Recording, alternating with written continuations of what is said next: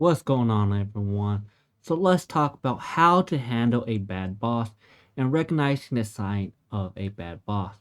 Now, you have micromanaging and excessive control, you have lack of responsibility for a manager. There's all types of managers and even toxic managers. So, you need to know how to identify each one. Everyone can understand what a micromanager is. And micromanager, the definition is going to be on the screen right here. And it's pretty much a manager that likes to control every aspect of the work environment. And then, a manager that lacks responsibility is the definition right here, where the manager just doesn't want to do anything and they don't take responsibility for any of the work. And then you have, or you can call them the slacking manager, or you have the manager that just creates a very toxic environment. And the telltale sign of them you should already know. They're either toxic, lazy, or just very controlling. Now, what you need to understand is what does these type of managers do to the work environment. So, understanding the impact. So, stress, anxiety, and burnout. This will be caused by a bad manager. And before you do that, you need to understand if you have a bad manager, you need to understand you need to learn how to deal with these things. So if you're stressed at work or anxiety or burnout, guess what? You need to start telling everyone you need help, you need assistance, and you have to learn how to put it in a proper way without getting yourself in trouble. So as long as you're doing your job and you just have to remember to tell everyone, hey, I need more assistance. I personally can't handle this. And don't, you can't really use the word burnout because people get mad with that word. You can't really say you're stressed out. So you have to figure out, finagle a way to say it in a more professional, compiling way.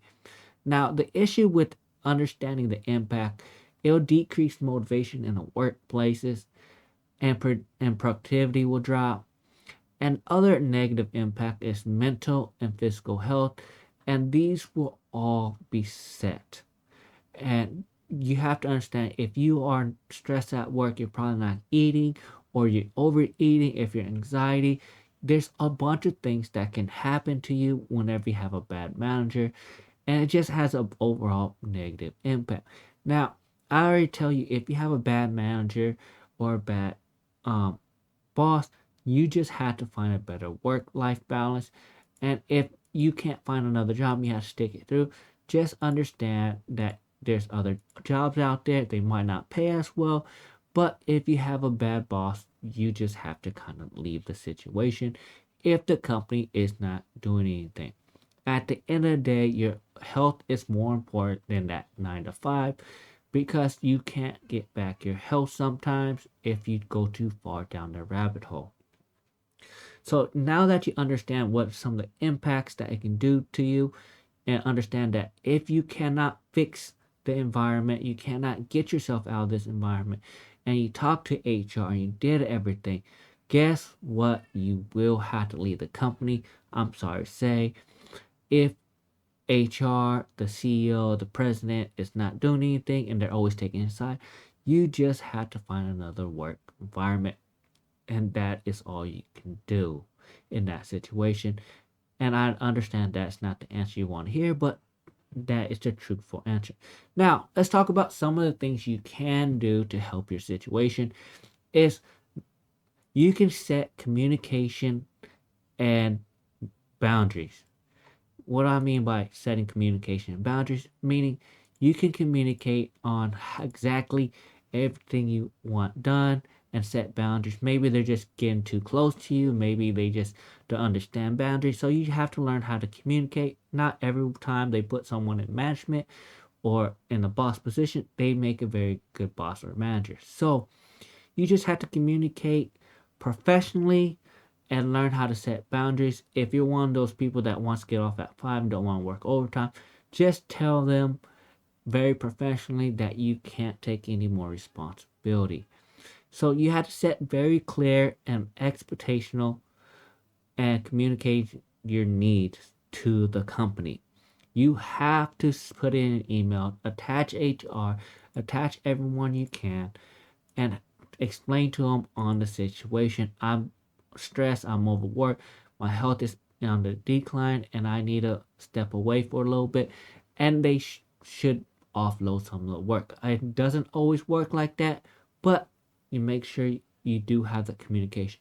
And now, if you have a toxic environment due to uh, anything else, you need to address the inappropriate behavior and assertive and ask for respectful behavior. At the end of the day, make sure you address the issue. When you address the issue, and they could get worse, could get better, hey, but you address the issue, and the next part is very important. Document the incident and maintain a professional record. When you do this, you can report this to the labor and statistic or labor bureau and tell them what's going on, because they will help fix the problem if it is actually a legit problem, because sometimes it's just a friend of a friend that works at the company. They're not going to do anything, and I understand this situation. But at the end of the day, keep everything documented, keep it very professional, and do what you can, because majority of the time I've seen 7 out of 10 times it actually works, where they communicate, talk to HR. They require the manager get in a position where they learn to speak to the employees better, they learn to communicate better, and they end up making the work-life balance better. Now, does it always work in that favor? It does not. But majority of the time, if you communicate with HR, you communicate with your bosses, and if you're that good of an employee, they will fight for you, because the manager's job is to manage and try to get things that the director wants to get done. Now, if it doesn't get done, now the manager's going to push more work on the more reliable employees, and most times they ignore the people who don't do anything, and this is where the issue with the environment. Hey, address it, saying, hey, I'm taking on too much, and just try to do your best. All right. Now, the next thing is seeking support and resources. Now, the other thing you can do is talk to your trusted colleagues, your mentors, or HR. If you have a very bad boss, go to them and ask them what they would do in this situation. Most time when you talk to the colleagues or HR, they help you find a solution, because maybe they help you understand the situation a little bit better. Maybe it's just a very bad miscommunication. It could be a lot of different things, and it's always try to better to work it on the ground level and then slowly work it up. Now, if you're sitting with HR and talking to them and it's really not getting better, and you said, fine, forget it, I have a bad manager, you just have to leave at that time, because it doesn't get better. And eventually, what's going to happen, that person will end up getting fired himself or herself, because they're just a bad manager. Now, make sure when you seek support and resources, you explore external resources like career counseling or therapy. One thing is very good for your documentation wise. So if you take it to the EEO, they will equal opportunity or equal employment opportunity. They will say, hey, he did everything he can, your workplace was unhealthy, and they will find them and try to get a better work-life balance for them. So you had to have proper documentation at the same time. And lastly, considering alternative employee option. Now, at the end of the day, you don't have to work at that company. And everyone in the company knows this. You don't have to work there. And you have to make the opportunity. It's your mental health, or it's your health important for you to stay at the company. Now, if they pay a lot of money, I'm sorry. You know, you can't expect to become a programmer and not to deal with zero stress. You know, there's some careers that's very stressful, and you just have to deal with it. Now, the thing about it is you need to empower yourself and take action. You just have to start looking for jobs, do your best, and network. So whenever you start considering alternate employees, develop your professional skills and expand your network. Build your confidence and advocate for yourself with these meetings and networking, and take control of your career path and seek opportunity for growth. And this is the time you have a bad boss, maybe you missed out on a promotion, you will go and talk to other people. Maybe there's another manager role in another department. Maybe there's better opportunity out there. This is a time, hey, I got a bad manager.